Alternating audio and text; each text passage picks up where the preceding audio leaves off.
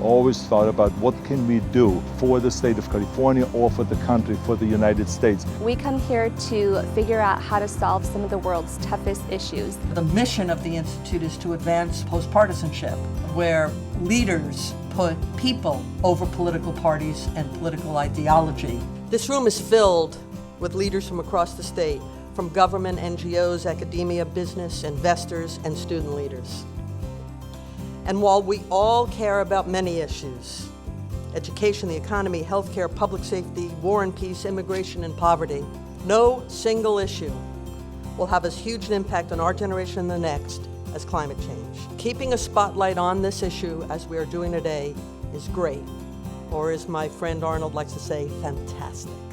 Everyone here has played a role in California's status as a leader in environmental protection and climate change action. That status has regions across the U.S. and the globe looking to us, which is why today's primary focus is lessons learned. And from those lessons learned, what we can share to help other regions move forward smartly, as well as help advance our own state's leadership. Obviously, it would take a 3-month symposium to fully address all the lessons we have learned. So today, we choose to focus on the most relevant issues in today's climate debate. Those who are trying to stop efforts to address climate change and reduce greenhouse gases in our state, in Congress, and elsewhere say, well, maybe the science proves there's climate change occurring, but we cannot afford to do anything.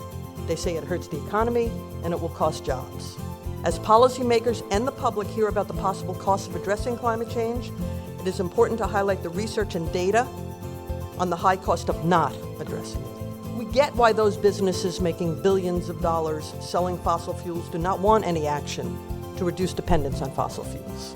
We get that they commit some of those billions of dollars to fund legal challenges, political fundraisers, and advertising campaigns to scare working families. So it is important that we spotlight all the other businesses and corporate leaders who do not make their bonuses and profit and loss selling fossil fuels. Today, however, we will not be including green and clean tech such as solar, wind, and renewable energy businesses. While these businesses have added over 300,000 jobs in California in the past 5 years and brought over $223 billion to California's economy and attracted more venture capital to California than anywhere else in the nation, today we do not want to focus on this sector. Instead, we focus on the American businesses that are the largest and most respected in the world and are not associated directly with the new green economy.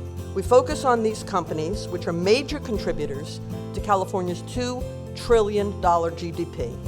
We do this to directly refute those who say addressing climate change is not good for business and jobs. And while we have 3 such companies here, there are hundreds of others embracing sustainability, huge job creators that are household names. Bank of America, Wells Fargo, Allstate, Best Buy, Coca-Cola, Pepsi-Cola, eBay, Intuit, Toyota, Ford, Gap, Levi Strauss, the list goes on and on. Having had the privilege to serve as senior advisor during Governor Schwarzenegger's administration and been involved in the AB 32 negotiations, one of the big discussion points in passing AB 32 was who should have the authority to implement AB 32.